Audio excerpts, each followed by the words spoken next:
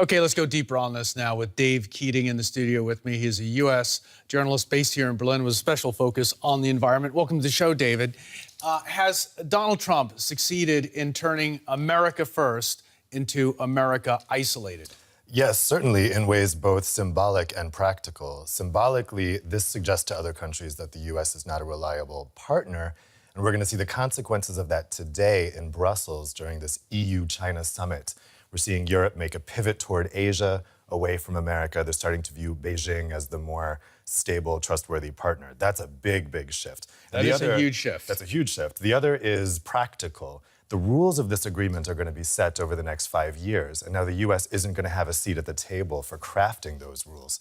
I mean, this is why American businesses, even some American coal companies, were asking Trump to stay in the deal because they're really worried about this loss of influence. I mean, if the Paris Agreement stays in place, this is going to be the main framework for energy over the coming 4 decades, and the U.S. is going to have no role in shaping the rules for it. Okay, but did Donald Trump have an option? Could he have chosen not to pull out of the deal, considering the promises he made during the campaign and his need to keep his base strong and behind him as this troubled presidency seeks to move forward?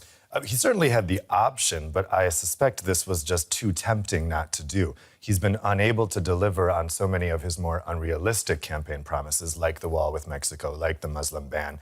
This was something he could actually do, and it carries very little political risk domestically. We'll probably actually see a poll bounce from this decision, I think.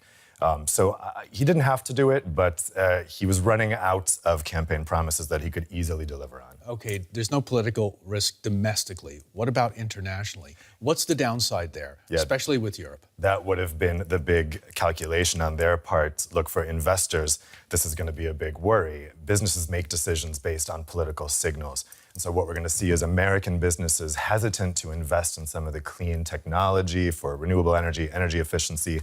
European businesses, Chinese businesses are going to go full speed ahead. And so the U.S. is likely going to fall behind on this race to develop these new technologies of the future for reducing emissions. Is it that serious? Will the American tech sector, will Silicon Valley, California, these parts of the American economy that are at the forefront of the global economy, do you really see them falling behind? It depends what the states do. Everyone's going to now turn to the states. California has been very active having its own climate policy. They have their own emissions trading scheme.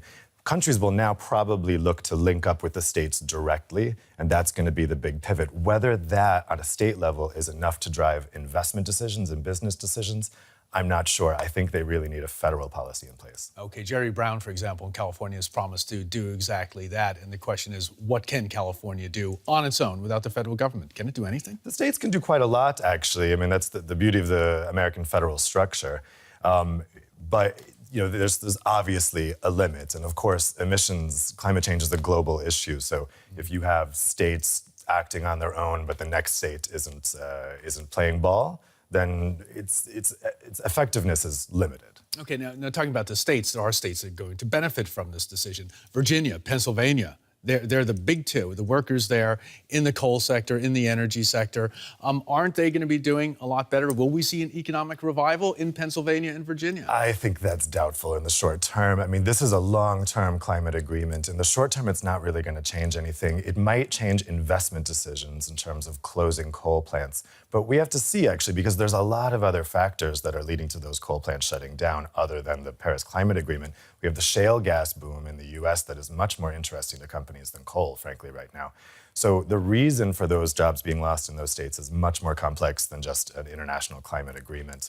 I doubt that we're going to see any short-term effect within the next 5 years, certainly within Trump's first term as president, as a result of this decision. Okay, as a result of this decision, you see no money moving inside the U.S. towards the coal-producing states to make that industry great again. I think the factors in the energy sector would discourage that type of investment, whether or not the U.S. is participating in the Paris Agreement. Then this is strictly symbolic and will have no political, no economic impact. How's that going to affect the president? He'll get a short bump at the polls, but long-term and medium-term, over the next couple of years, it's not going to look good for him. Well, I think the symbolic effect is important. There's a large sector of the American population that doesn't like these international agreements, likes the message that the U.S. is saying we're not going to be taken advantage of anymore. We're going on our own. A lot of people will like that. And even if they don't get their job back in coal country. Just that feeling of pride, that feeling that America is back in control, that may be enough to actually sustain long-term political support with his base. What does this mean in terms of international policy? With this meshing, for example, with calls to defund NATO, for NATO countries to come up to the plate, pay more, approach the American 3% level, move past the 2%, under 2% that they're paying right now. I mean, is this part of that basic anti-agreement, anti-international association and American isolationism? Yeah, I mean, there is a significant portion of the American population that would like the U.S. to pull out of the United Nations entirely. They don't like any of these so-called globalist organizations. So this is all part of that. The anti-NATO talk, the anti-UN talk. It's not a new thread in American politics. It's been around for years. Been around for years, but Trump is well, in a small degree, delivering on that today.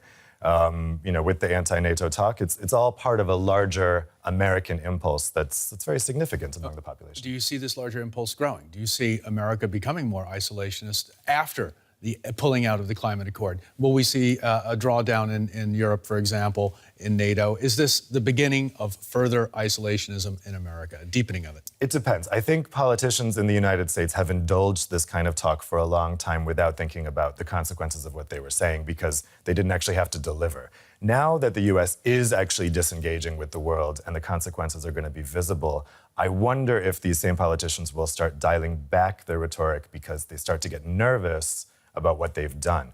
The question is whether it's too late. Is the genie out of the bottle? That we'll have to see. I could see a situation where people start to get nervous as we go further and further down this rabbit hole, and they start pulling back. Okay, I think there certainly are a lot of nervous people this morning as well. David Keating in the studio for us. Thanks so very much, David.